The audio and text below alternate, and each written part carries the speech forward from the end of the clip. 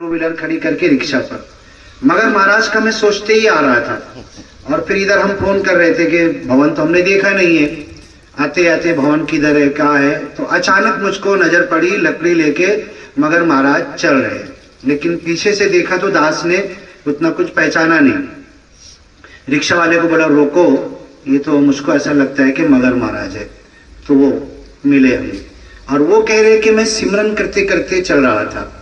अभी एक शब्द कहा उन्होंने विचार के अंदर कि ये सत्संग माता, सत्संग में जब मैं आता हूं तो ये मेरे लिए सलाइन है।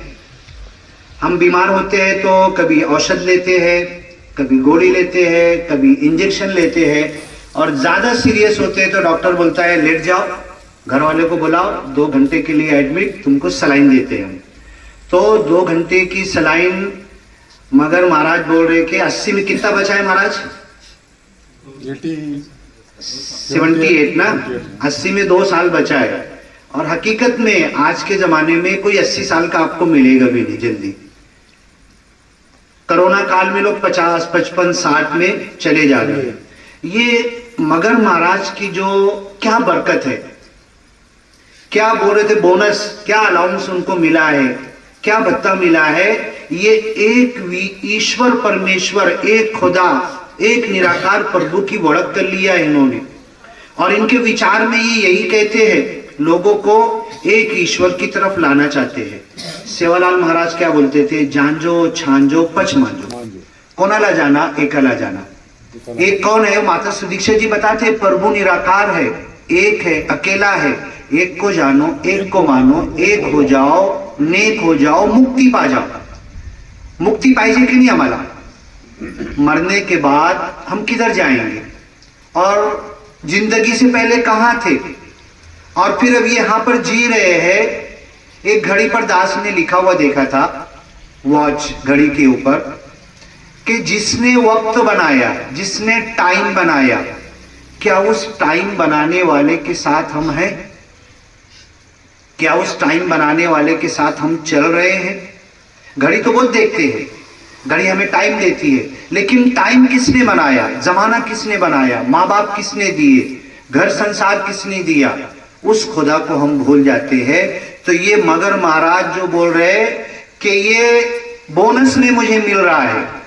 लोग तो चले गए 70 साल में, 55, 60 साल में और लकड़ी लेके चल रहे, लकड़ी छोड़ के भी चल रहे। अभी तो विचार दे रहे, लकड़ी हाथ में टंगी हुई है उनके।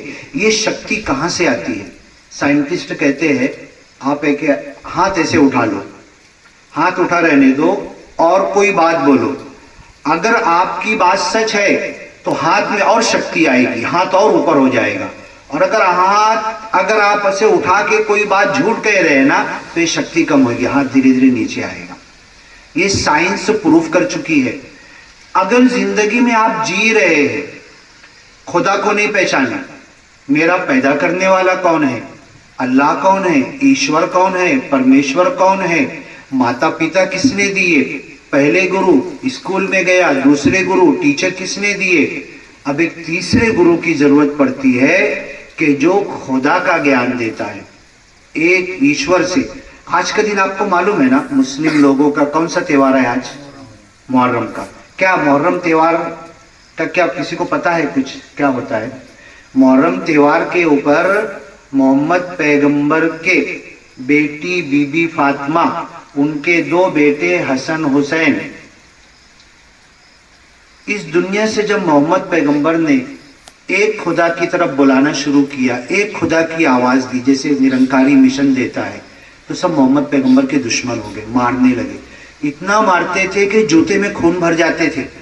जूते में खून भरना कोई मामूली बात है क्या? पाप क्या किया था उन्होंने? एक खुदा का ज्ञान माजा करे है, एक खुदा की तरफ आ जाओ। कोलू ला इलाहा इल्लल्लाह तुफलिहू, अरे मक्का वालों तुम बोल दो खुदा एक है, तुम्हें मुक्ति मिल जाएगी। तुफलिहू तमलिकुल अरब वल अजम, पूरी दुनिया में आए अरब वालों तुम फैल जाओगे, तुम्हारा नाम फैल जाएगा।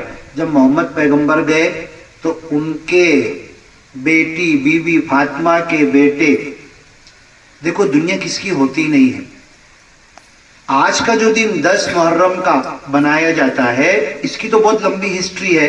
लेकिन इसी दिन मोहम्मद पैगंबर के नवासे, मेरा बेटी का बेटा, मेरा कौन नवासा होगा ना, नवासे को कत्ल कर दिया गया, गर्दन काट दी गई और काट के तलवार पे नेजे पे रख के ऐसे सब तरफ घुमाया गया।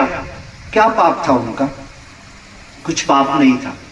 आज तो हम बैठे हुए हैं, आप बंजारा समाज के हैं, मैं मुस्लिम समाज का हूं, कोई मराठी है, ये निरंकारी मिशन ने सबको जोड़ दिया है। सब आके बैठ रहे, मिल रहे, ज्ञान चर्चा कर रहे, गुरु चर्चा